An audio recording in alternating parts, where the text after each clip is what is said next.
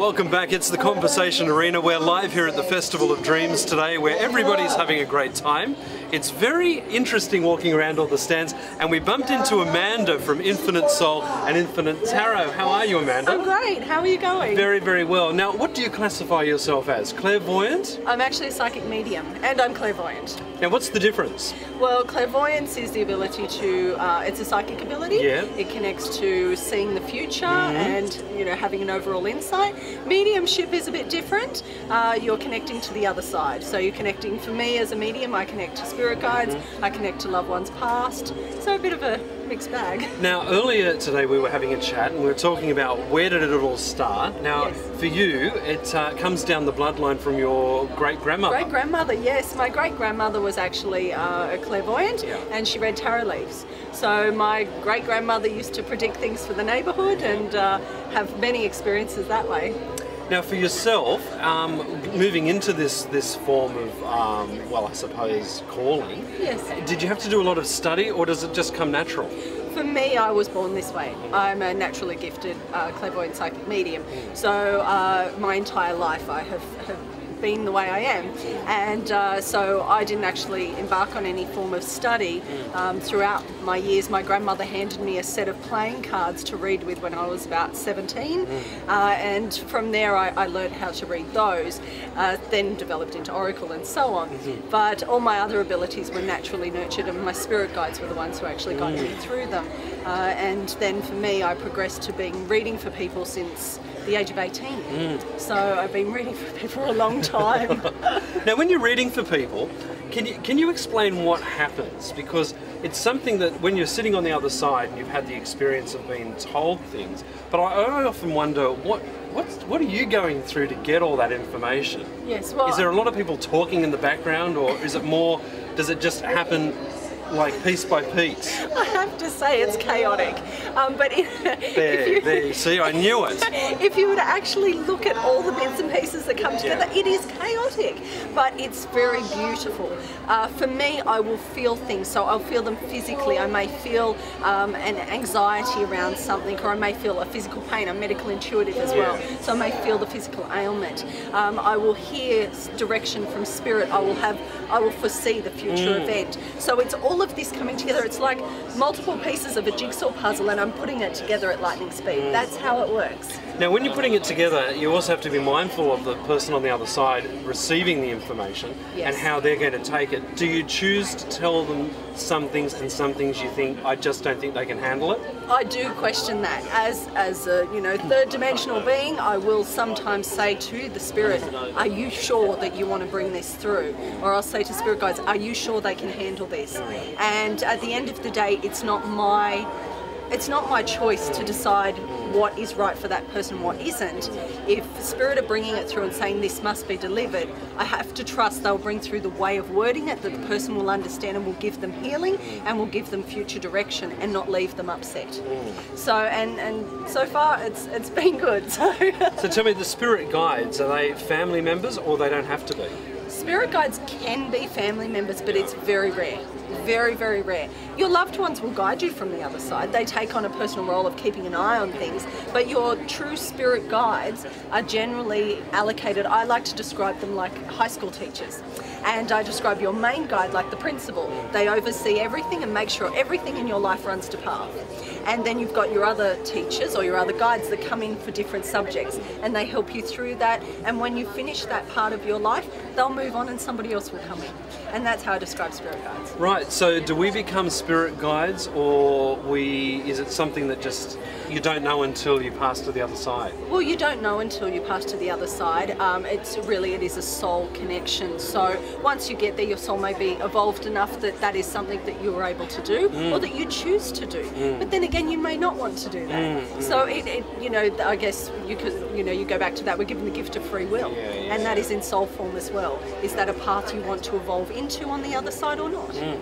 Now, when we talk about religion, when you pass away one day, what will you say to God when you get to meet him? Like, have you ever thought about that? Like, do you think that there's a parallel between what you're doing and that higher spirit, or do you think it's separate it? I have to say, I giggled when you said that Yeah. because I have a personal joke with my friends. I have quite a sweet tooth.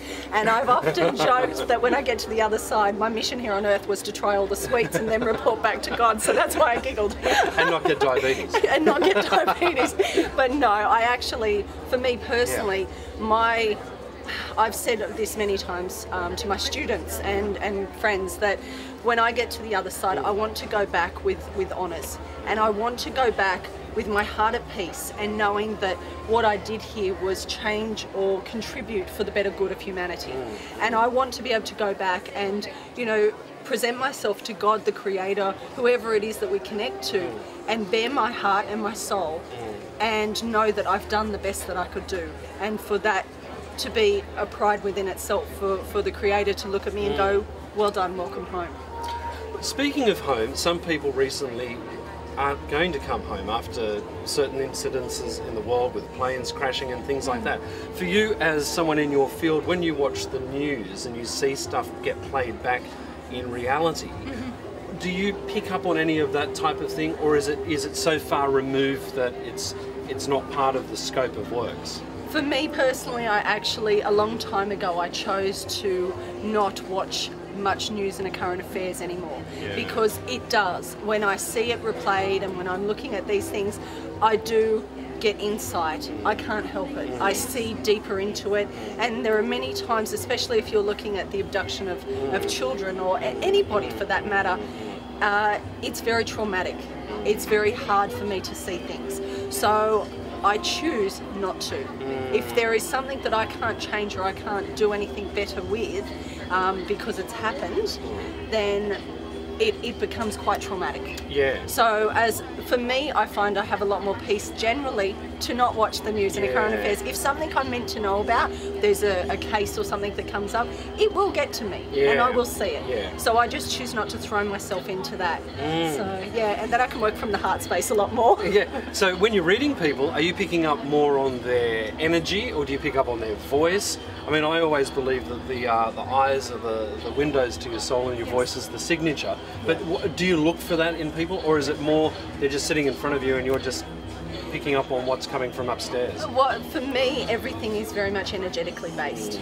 I work from a space of energy, so I feel into everything. I'm very, very claircognizant. I feel very, very much. So if I see you, I'm not really seeing you with these eyes. No. I've seen you with this eye and I've felt into you. Right. So it's like I sort of, and I describe this to my students, it's as if my sixth sense, my gut instinct is like a little octopus, and it sort of comes out and just brushes past you. And then it takes a little piece and it reads that. It reads the vibration, it reads the energy.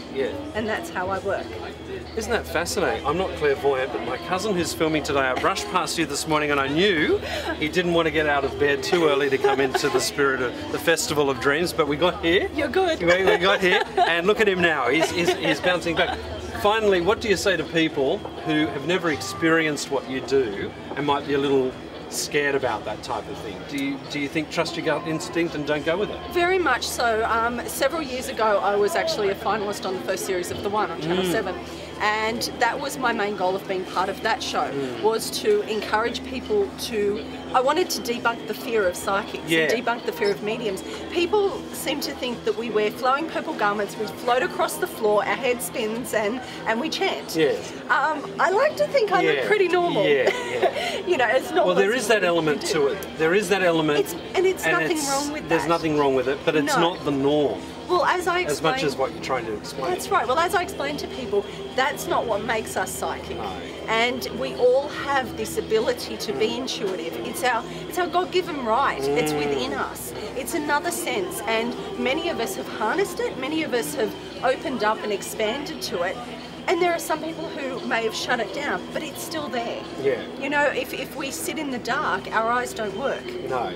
But they're still there, they're still capable of seeing, and that's like our intuition. And I say to people, I go to the same shops as you, my children go to the same schools as yours. There is nothing different except I have harnessed an ability that we all have, and I've strengthened it.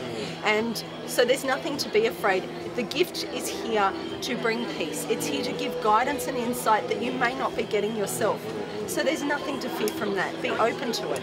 Yeah, and I think that's the thing. I think it's just another thing to look at and experience in the world. Yep. And, you know, it's one of those things, if you're feeling like it's not for you, you might not be ready for it yet. That's right, exactly. And with our centre, Mark Holman and I have Infinite Soul in Narellan, and what we've been doing there is doing development classes for people who have wanted to find out a little bit more, who have been a bit afraid, and what they're finding is the more that they, you know, get into this, they love it. And I think as a teacher, I've been teaching for a number of years, and to watch your student reach that point where they, especially like I'll teach them how to feel energy, and the moment they feel it, they get this look on their face of amazement, like a child seeing, you know, stars for the first time, and it's like they've reconnected with who they are. Yeah. And that, for me, is the most gratifying experience. And after they've done that, they know they can never go back.